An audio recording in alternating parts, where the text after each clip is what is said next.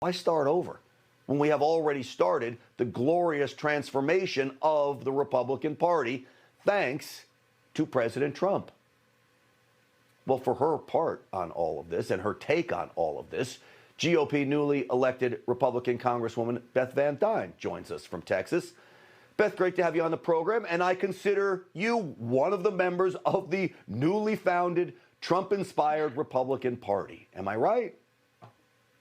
Well, I've been elected before Trump ever even decided to run. So I've always considered myself a very strong conservative, definitely a very strong fiscal conservative. And I appreciate your comments about making sure that we all stand together. This is a problem when we start just labeling people, dependent on whatever letter is behind their name as elected officials.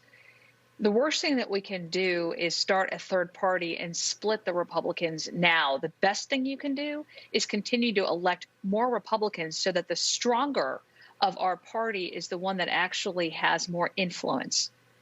When we start kind of, allowing such tight margins, the people who really run the party are the weakest ones. I mean, if you think about a Mitt Romney in a 50-50 split, we are going to be so pushed into having to negotiate with him to get his support that we're having to push further and further on the, quote, moderate side than on the conservative side. And it waters down any kind of ability that true conservative has to get policy passed through.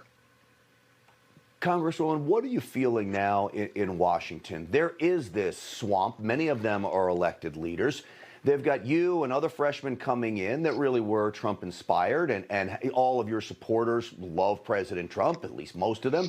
What is the pressure on you now? Do they want you to bend already?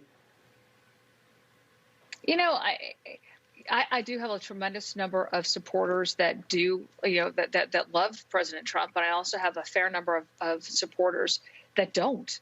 I don't know if you know this or not, but Biden won this district by 5.5 points. So this was a fight of a battle that we had this last campaign cycle. But I think what you've seen in campaigns across the country on the Republican side, why we were able to win so many House seats and hold on to so many House seats, is the Republicans actually held together. We had the same, principles that we are pushing forward. We are fighting for law enforcement. We are fighting to open our economy up again. We are fighting for working families. We were defending democracy and individual rights.